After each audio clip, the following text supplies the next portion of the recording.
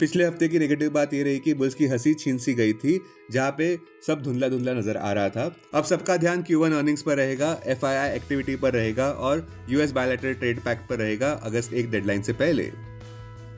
अपने दिन की शुरुआत समझदारी से करें। महत्वपूर्ण खबरें और दुनिया भर के स्टॉक मार्केट्स पर विश्लेषण के लिए इस वीडियो को अंत तक देखना न भूलें। Market trends, global cues negative. शुक्रवार के व्यापार में विदेशी संस्थागत निवेशकों ने 375 करोड़ रुपए के शेयर्स खरीदे, जबकि घरेलू संस्थागत निवेशकों ने 2104 करोड़ रुपए के शेयर्स खरीदे। आज निफ्टी के लिए सेंटिमेंट्स रिस्क रहने का अंदाजा है। मार्केट ब्रेथ न्यूट्रल रह सकती है। निफ्टी के टेक्निकल्स ओवरबॉट कंडीशंस दिखा रहे हैं। जुलाई महीने के ऑप्शंस डेटा अनुसार निफ्टी की नियर टर्म ट्रेडिंग रेंज 24,500 से 26,000 के बीच हो सकती है। इंडिया विक्स जो कि फेयर इंडेक्स है वो 11.39 लेवल्स पर नीचे ही है। लास्ट चेक पर USD INR 29 जुलाई एक्सपायरी के लिए 86.18 लेवल्स पर ऊपर ही था।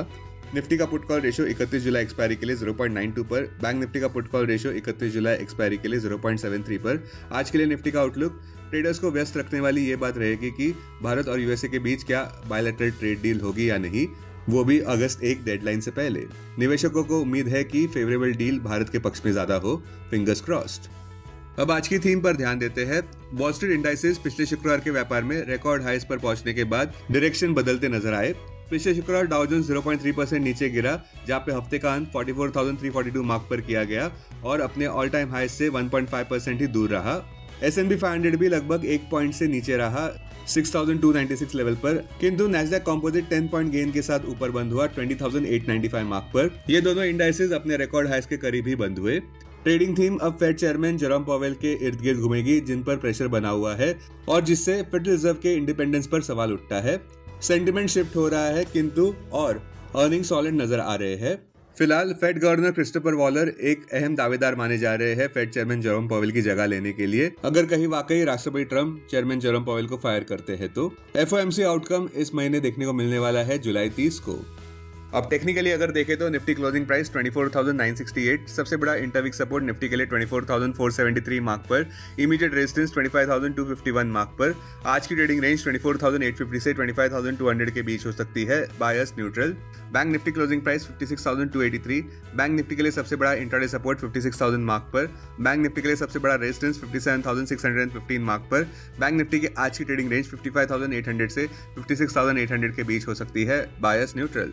स्टॉक विशेष कार्रवाई में HDFC बैंक ने 12% ईयर ओवर ईयर ग्रोथ दर्ज की Q1 FY26 standalone net profit में रुपीज 18,155 करोड़ पर, जहां पे ये आंकड़ा पिछले साल इसी क्वार्टर में रुपीज 16,175 करोड़ पर था। बैंक का इंटरेस्ट इनकम भी 6% से बढ़ा रुपीज 77,470 करोड़ पर। और तो और HDFC बैंक ने पहले ही first ever bonus issue share issuance की घोषणा की है 1:1 रेशियो में, जिसकी रिकॉर्ड डेट तय हुई है अगस्त 27 को। ICICI बैंक के Q1 FY26 रिजल्ट्स की बात करें तो 15.5% ईयर ओवर ईयर इंक्रीज देखने को मिला है नेट प्रॉफिट में रुपीज 12,768.21 करोड़ पर। Net interest income 21,634.46 crore rupees per देखने को मिला जून क्वार्टर के लिए, जो कि 8.4% ईयर ओवर ईयर ऊपर रहा। रिलायंस इंडस्ट्रीज ने अब तक का highest ever consolidated quarterly EBITDA और नेट प्रॉफिट दर्ज किया है Q1 FY26 में, जिसमें टेलीकॉम, रिटेल और ऑयल टू केमिकल बिजनेस का योगदान रहा।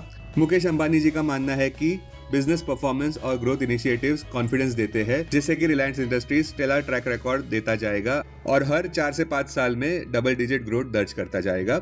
आज आने वाले अहम Q1 रिजल्ट्स में Dhanlaxmi bank, SGI green pack, Ganesh housing, eternal, IDBI bank, UltraTech cement, Oberoi realty, PNB housing finance, Havells India, CRISIL. हमारे कॉल ऑफ द डे अनुसार निफ्टी का बुलिश कंस्ट्रक्टिव स्टांस केवल 25,421 के अहम हर्डल पार करने पर आता है। अब डेरिवेटिव्स डेटा डैशबोर्ड पर ध्यान देते हैं।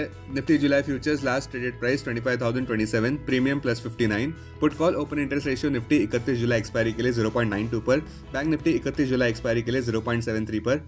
Maximum call open interest Nifty के लिए 25,500 और उसके बाद 26,000 स्ट्राइक प्राइस पर। बैंक निफ्टी के लिए maximum call open interest 57,000 strike price पर। Maximum put open interest Nifty के लिए 25,000 और उसके बाद 24,500 स्ट्राइक प्राइस पर। बैंक निफ्टी के लिए maximum put open interest 56,000 strike price पर। Futures one day highest open interest change पर ध्यान देते हैं। लॉन्ग बिल्डअप में steel authority of India, Dalmia Bharat, LTF। Short covering में NMDC, टाटा कम्युनिकेशंस, विप्रो।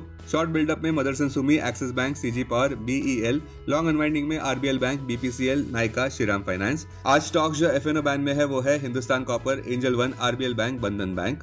अब BSE डेरिवेटिव्स डेटा डैशबोर्ड पर ध्यान देते हैं।